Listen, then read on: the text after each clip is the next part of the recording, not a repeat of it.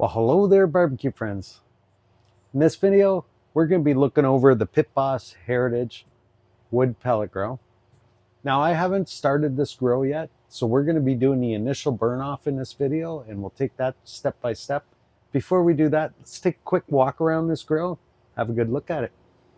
You can see right off the bat, I like the lower cabinet, all the matching colors. That black on black looks really nice with the stainless accents on there. I like that it's got a side shelf as well as a front shelf.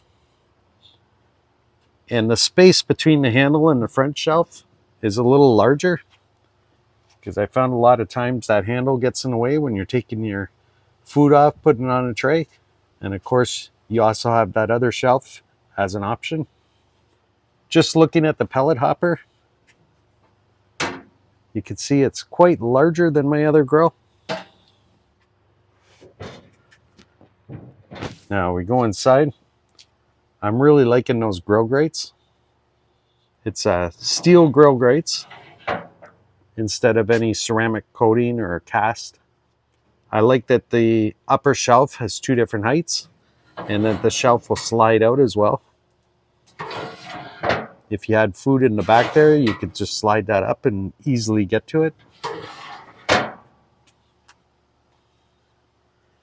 Now the burn pot's in the center of this one, where my older pellet grill was on the one side.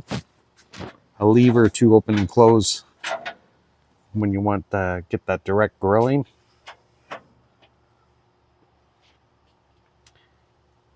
There's a lot more grilling space compared to my old grill. I like the shape of it. It's not round. My other grill was round and I found it reduced a lot of the space on the upper shelf when you went to grill stuff.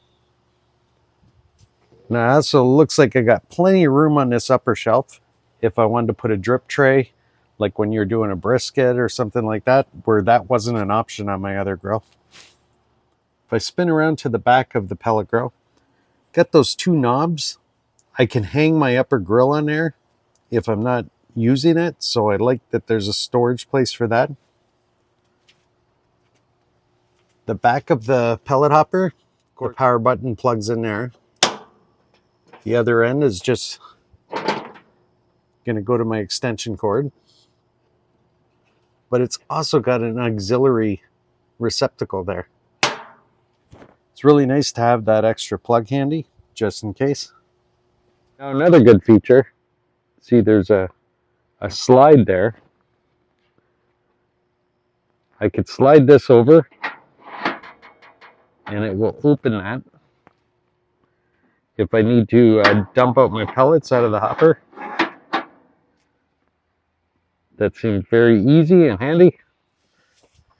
Okay, I think we're at the stage now. We did a good walk around. Oh, another good feature.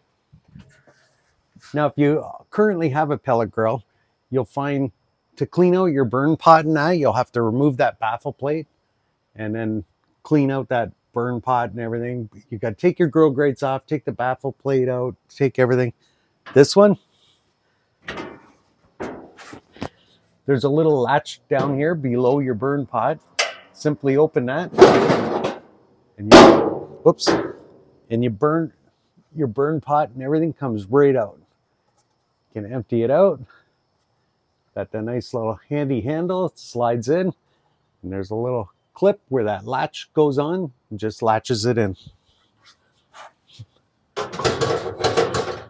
There, now let's plug this in, get some power to it, see what we got. All right, now it recommends, let's take this off. Now it recommends you press and hold the power button for 3 seconds. Oh, did you see that? Oh, did you see that? That is cool. Touch the settings icon. Select diagnostic test. This is where the grill is going to test the fan, the auger, the igniter, make sure there's no issues internally.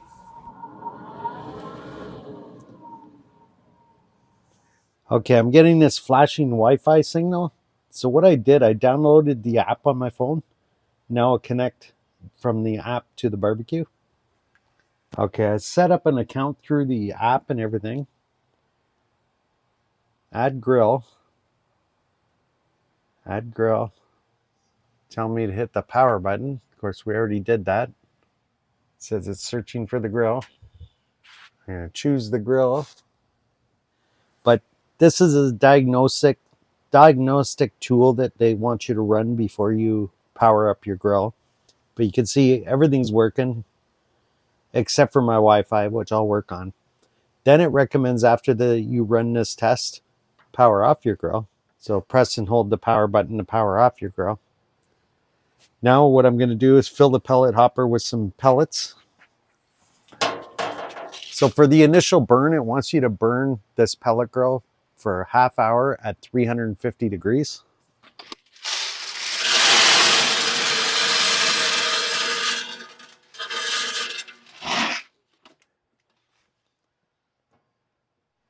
Because our burn pot is in the center of the grill and our hopper's here, it recommends you prime the auger, fill the auger with pellets till it gets to the burn pot before we start our grill. So we'll do that next. It says press and hold the start for 3 seconds. Love that startup. It's got to be the best startup I've ever seen. Okay, from the start screen, push that. There we go. Want to hold prime? We'll go 5 seconds and hold prime. We need to get that auger to spin.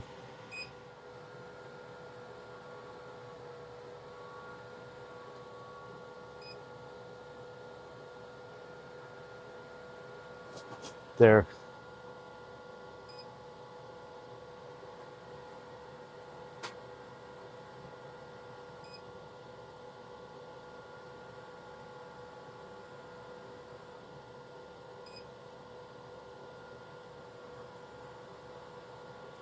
Every time I hit that 5-second prime, I can hear the auger turn. I'm going to hit this a few times till I hear the pellets fall into the burn pot. Sounds like I'm hearing some pellets, so now we'll go back, we'll shut this off. Shutting down, let it cycle down. While we're waiting for that fan to shut down, I should note we got a really nice seal on this door as well. That'll give us a real nice seal, I believe, when we're cooking, but time will tell when we get a few cooks on it. But so far, I'm liking the quality of this grill, and it's heavy. This is a heavy-duty grill. You could feel it alone in this lid. All right, now our auger should be primed, so we're just going to do our initial startup here. I'm going to press and hold the start. Sorry, press and hold the power button. All right, it says start. Press here to begin grilling. Okay, now our grill is start up. It recommends that you keep the lid open during this part. What I'll do, you can see it's set to 150 degrees. I'll let it start up to that temperature, and then we'll set it to 350 and we'll let it go for a half hour. Now the sun's starting to go down here, so what I'm going to do, I'm going to finish this burn-in mode. So once this starts to smoke and the pellets start to go in the burn pot, I'm going to close the lid. Then I'm going to set it to a temperature of 350. And we're going to run it for a minimum of a half hour at that temperature. So the next time you see me, we'll be ready to grill something. Now as time goes on, I'll learn this grill a little bit more. And we'll get that Wi-Fi set up on the phone and we'll go through that. And we'll also do some cooks on here. Well, I hope this video was helpful. There's a lot to learn on this grill, but I'm sure as time goes on, it'll be easy stuff and I can explain it better as we go. So again, looking forward to doing some cooks on this. I'll see you on the next one.